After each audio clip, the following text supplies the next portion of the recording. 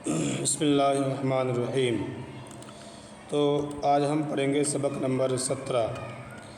سبق نمبر 17 ہم پڑھنے جا رہے ہیں۔ ایسا کہ آپ کو معلوم ہے کہ یہ مدنی قاعدہ ہم پڑھ رہے ہیں اور اس لیے تاکہ ہمیں قرآن کی تلاوت کرنا آ جائے۔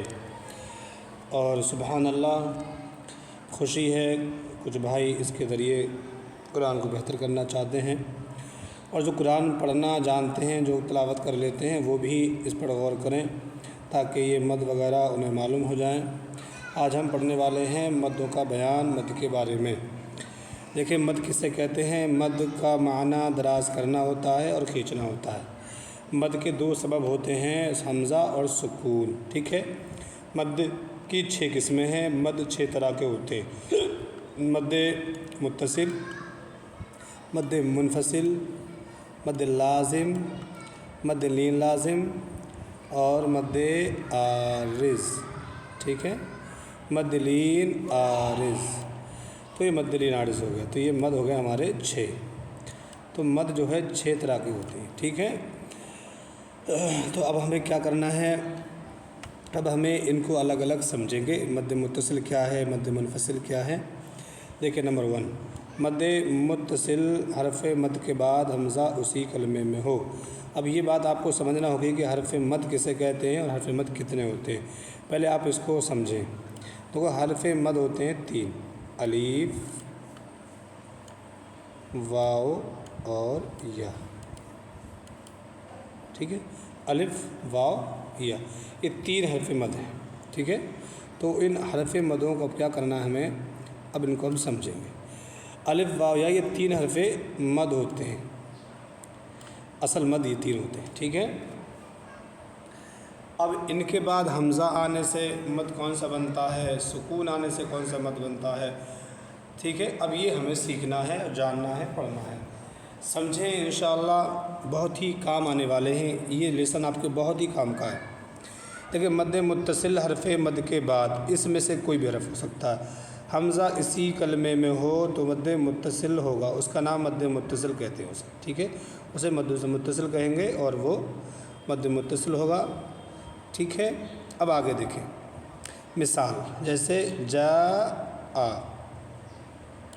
جاء، تو جیم الف، یہ الف جو ہے یہ حرف مد ہے۔ الف جو ہے حرف مد ہے۔ الف مد، الف ساکن ماقبل زبر ہونے سے حرف مد ہوتا ہے، اور بعد میں حمزہ ہے، اسی کلمے میں حمزہ ہو تو پھر مد متصل کہیں گے۔ کیا کہیں گے؟ مد متصل۔ حرف مد کے بعد حمزہ اسی کلمہ میں ہو، یعنی وہی جملہ جاء، تو اسی میں حمزہ ہے، حمزہ اسی کلمے کا حصہ ہے، تو یہ کیا ہوا؟ مد متصل ہوا۔ اب یہی حمزہ اگر یہاں نہ ہو کر دوسرے کلمے میں آ جائے، اس کلمے کا حصہ نہ بنے بلکہ دوسرے کلمے کا حصہ بنے، اس کلمے کا حرف ہو وہ، تو پھر وہ پھر اسے مد منفصل کہتے ہیں۔ پھر یہ والا مد منفصل ہوگا، مد منفصل۔ اس کی کیا تعریف ہے؟ حرف مدہ کے بعد حمزہ دوسرے کلمے میں ہو، تو ہم نے بتایا اسی میں حمزہ ہے تو مد متصل، اور حمزہ دوسرے کلمے میں تو مد منفصل۔ منفصل جیسے فی انفسکم، تو فی علیحدہ کلمہ ہے اور انفسکم یہ علیحدہ کلمہ ہے۔ اب یہ ان پہ جو حمزہ دکھ رہا ہے نا، جو الف بنا ہوا ہے، یہ الف ہے شکل میں، پر اصل کیا ہے؟ یہ حمزہ ہے۔ زبر پہ جب حمزے پہ لگتا ہے، کوئی حرکت لگتی ہے تو وہ حمزہ بن جاتا ہے، الف نہیں رہتا، ٹھیک ہے۔ تو جب شروع میں آتا ہے تو وہ حمزہ ہی ہوتا ہے، الف تو حرف کے بعد پڑھا جاتا ہے۔ بہرحال فی الگ کلمہ ہے، انفسکم الگ کلمہ ہے، تو فی میں حمزہ نہیں ہے بلکہ حمزہ جو ہے یہ انفسکم کا ایک حصہ ہے، اس کا یہ حرف ہے، تو گویا کہ یہ دوسرے کلمے میں حمزہ ہے، تو اسے مد منفصل کہیں گے۔ کیا کہیں گے؟ مد منفصل کہیں گے۔ کیوں؟ کیونکہ حمزہ دوسرے کلمے میں ہے۔ حمزہ یہ الف دیکھ رہے ہیں نا، یہی حمزہ ہے۔ یہاں حمزہ جاء اسی کلمے کا ہے تو مد متصل، یا حمزہ دوسرے کلمے کا ہے تو مد منفصل ہوا۔ اور اس میں حرف مد کیا ہے؟ فی، فی یا زیر فی، تو دیکھیں ان تینوں میں سے کیا آیا؟ یا، تو یہ حرف مد، حرف مد کے بعد حمزہ دوسرے کلمے میں ہے تو کیا ہوا؟ مد منفصل۔ تو یہی کہا تھا، حرف مد کے بعد حمزہ دوسرے کلمے میں ہو تو مد منفصل ہوگا، ٹھیک ہے۔ یہ مثال ہوگی، مجھے امید ہے کہ آپ اس کو سمجھ چکے ہوں گے۔ چلیں آگے دیکھیں